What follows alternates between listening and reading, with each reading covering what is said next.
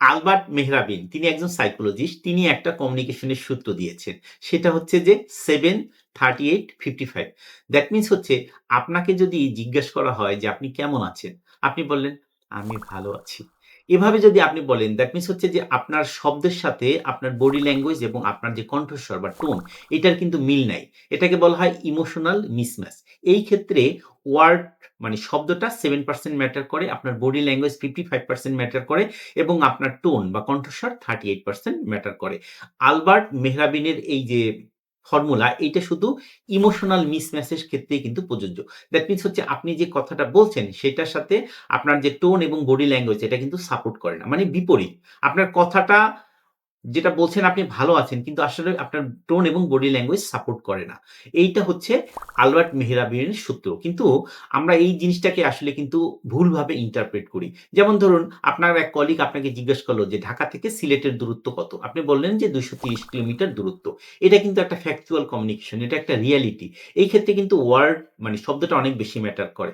হয়তোবা একজন আপনাকে জিজ্ঞেস করল যে আগামীকাল সকাল ১০ টায় একটা মিটিং অনুষ্ঠিত হবে। এটা কিন্তু ওয়ার্ডটা অনেক বেশি ম্যাটার করে। ডাক্তার সাহেব আপনাকে বলল যে, আপনাকে ৩ টা ওষুধ ৩ বেলা প্রতিদিন খেতে হবে। এটা কিন্তু একটা ফ্যাকচুয়াল কমিউনিকেশন। এক্ষেত্রে কিন্তু ওয়ার্ডটা অনেক বেশি ম্যাটার করে।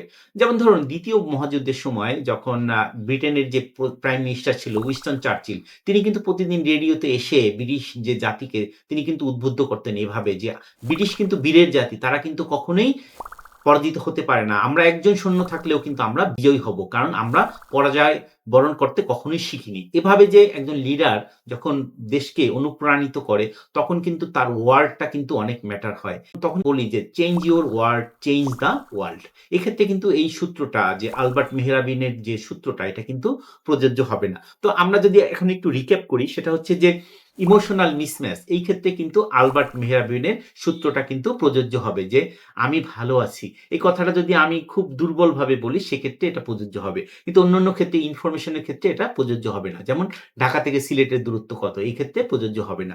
আবার ধরুন আপনি লিডারশিপ এর একটা কমিউনিকেশন করছেন যে আমাদের মিটিং এ একটা গুরুত্বপূর্ণ একটা ডিসিশন নেওয়া হচ্ছে যে আমাদের কস্টটাকে একটু কমাতে হবে। বিকজ আমরা কম্পিটিটিভ একটা প্রাইস পাচ্ছি না। এই একটা লিডারশিপ কমিউনিকেশন হতে পারে। আবার স্ট্র্যাটেজিক কিছু কমিউনিকেশন হতে পারে যে আমাদের অর্গানাইজেশনের অবস্থা কিন্তু এখন একটু মানে খারাপের দিকে যাচ্ছে। তো আমাদের আসলে মানে কিছু এমপ্লয়িকে ছাঁটাই করতে হবে।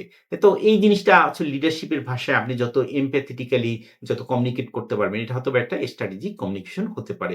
তো আলবার্ট মেহরাবিনের যে মানে ফর্মুলাটা আছে, এটা কিন্তু আমাদের একটু সাবধানে ইউজ করতে হবে।